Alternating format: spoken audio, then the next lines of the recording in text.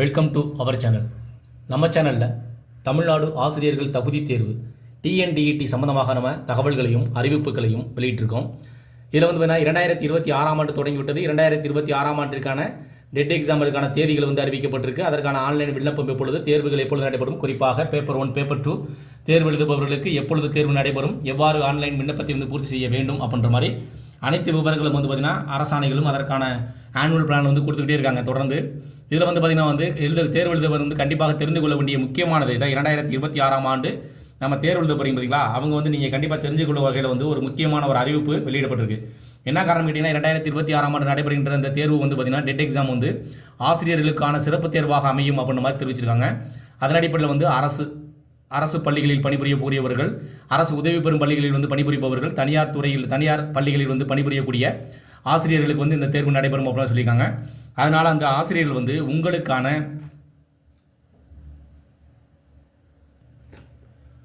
உங்களுக்கான அந்த கொடுக்கப்பட்டிருக்க வாய்ப்பை பயன்படுத்திக் கொள்வதற்கு தற்போது பார்த்தீங்கன்னா வந்து அந்த என்ஓசி அந்த சர்டிஃபிகேட் வந்து நமக்கு சமர்ப்பிக்க சொல்கிறாங்க. அந்த என்ஓசியில் வந்து பார்த்தீங்கன்னா மொத்தம் வந்து பார்த்தீங்கன்னா 29 கேள்விகள் வந்து இடம்பெற்றிருக்கு. அந்த 29 கேள்விகள் என்ன, அவற்றில் நீங்கள் எவ்வாறு பதிலளிக்க வேண்டும் அப்படி தான் பார்க்க போகிறோம். சரிங்களா?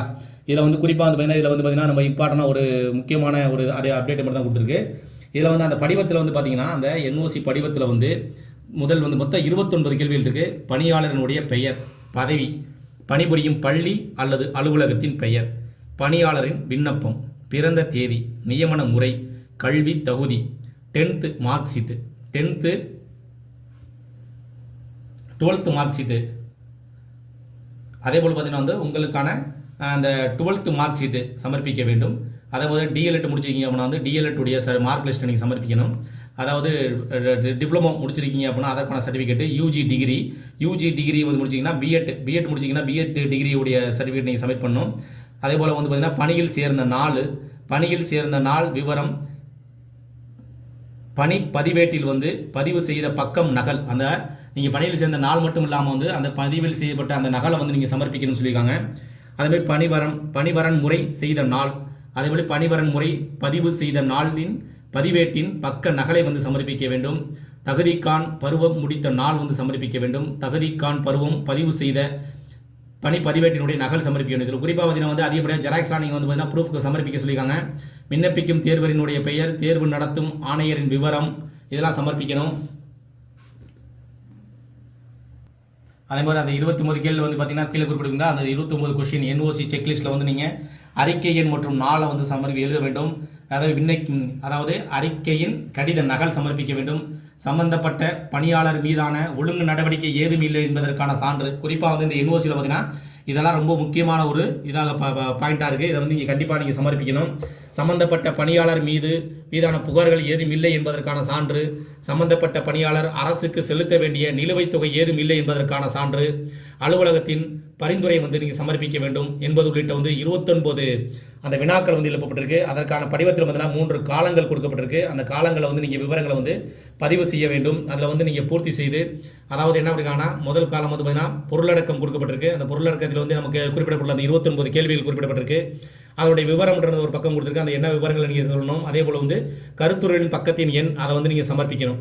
இதை முழு படிவத்தை வந்து நீங்கள் சேகரித்து, அதாவது இந்த அனுமதி மற்றும் தடையில்லா சான்று கோரும் என்ஓசி செக்லிஸ்ட்டை வந்து நீங்கள் 2026 ஆண்டு தேர்வு எழுதக்கூடிய ஆசிரியர்கள் அனைவரும், அதாவது அரசு பள்ளியில் பணிபுரியக்கூடியவர்கள், அரசு உதவி பெறும் பள்ளியில் வந்து பணிபுரியக்கூடியவர்கள், தனியார் பள்ளியில் பணிபுரியக்கூடியவர்கள் அனைவரும் வந்து பார்த்தீங்கன்னா இந்த 29 கேள்விகள் அடங்கிய என்ஓசி செக்லிஸ்ட்டை வந்து நீங்கள் சமர்ப்பிக்கணும். அவற்றையும் பதிவேற்றம் செய்ய வேண்டும். அதேபோல் சில வகையான கேள்விகளுக்கு அவர்கள் வந்து ப்ரூஃப் வழங்குமைகள் வந்து நகல்கள் வழங்கப்பட வேண்டும் என்ற கேள்விகளும் குறிப்பிடப்பட்டிருக்கு. இவற்றெல்லாம் வந்து இந்த விண்ணப்ப படிவத்தை சமர்ப்பித்து அந்த என்ஓசி செக்லிஸ்ட்டை வந்து நீங்கள் வட்டார கல்வி அலுவலரிடம் வந்து கையொப்பம் பெற வேண்டும். இதுதான் முக்கியம். இதில் 29 கேள்வியும் நீங்கள் பூர்த்தி செய்து அந்த படிவத்தை வந்து பார்த்திங்கன்னா வட்டார கல்வி அலுவலரிடம் வந்து அந்த கையொப்பம் போட்டு அவற்றையும் வந்து நீங்கள் சமர்ப்பிக்க வேண்டும். இந்த வாய்ப்பு வந்து பார்த்திங்கன்னா ஆசிரியர்கள் வந்து பணியில் இருக்கக்கூடிய ஆசிரியர்களுக்கு இந்த வாய்ப்பு வழங்கப்படுகிறது. இந்த வாய்ப்பை வந்து கண்டிப்பாக நீங்கள் பயன்படுத்தி கொள்ள வேண்டும். 2026 ஆண்டு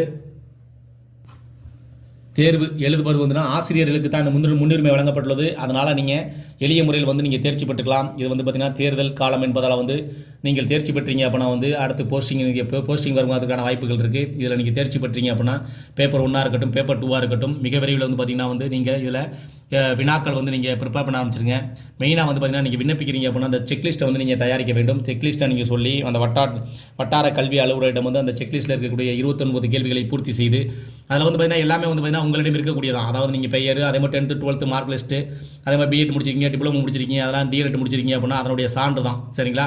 அதே போல் வந்து நீங்கள் பள்ளியில் வந்து எப்பொழுது சேர்ந்துருக்கீங்க, என்ன காரணம் கேட்டிங்கன்னா இந்த 2026ஆம் ஆண்டு 1/9/2025 நீங்கள் ஆசிரியர் பணியில் சேர்ந்தவராக இருக்க வேண்டும். அதற்கான சான்று இதெல்லாம் நீங்கள் சமர்ப்பித்து அனைத்து விவரங்களும் கொடுக்கப்பட்டிருக்கு. அந்த செக்லிஸ்ட்டை வந்து நீங்கள் சமர்ப்பித்தீங்க அப்படின்னா அந்த செக்லிஸ்ட் வந்து நீங்கள் கையெழுத்து வாங்கிட்டு அதை நீங்கள் ஸ்கேன் பண்ணி அந்த விண்ணப்பத்துடன் சமர்ப்பிக்கும் பட்சத்தில் எளிய முறையில் வந்து நீங்கள் உங்களுக்கான ஆன்லைனை வந்து நீங்கள் அக்செப்ட் பண்ணிக்கலாம். அதாவது அந்த அப்ளிகேஷன் வந்து உங்களுக்கு சக்ஸஸ் ஆயிடும். அதுக்கப்புறம் வந்து நீங்கள் உங்களுக்கான ஹால் டிக்கெட் வரும். அந்த ஹால் டிக்கெட் எப்பொழுது வெளியிடக்கூடும்ன்ற தகவல் நாங்கள் அப்டேட் பண்ணுறோம்.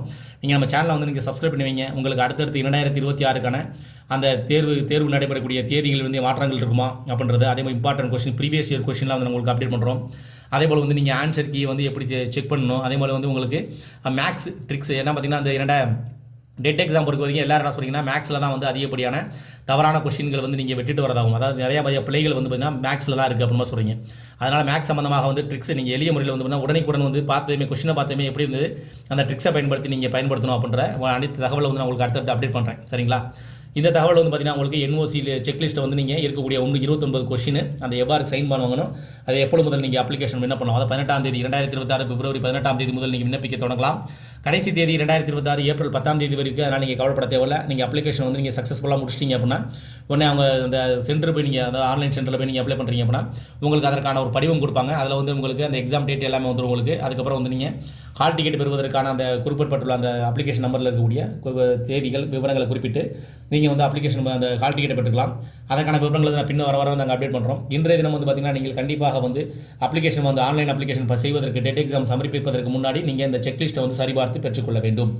இந்த தகவல் வந்து உங்களுக்கு பயனுள்ளதாக இருந்துச்சுன்னா அந்த வீடியோக்கு ஒரு லைக் பண்ணுங்கள். இதேபோல் மீண்டும் ஒரு பயனுள்ள தகவலில் சந்திக்கலாம். நன்றி.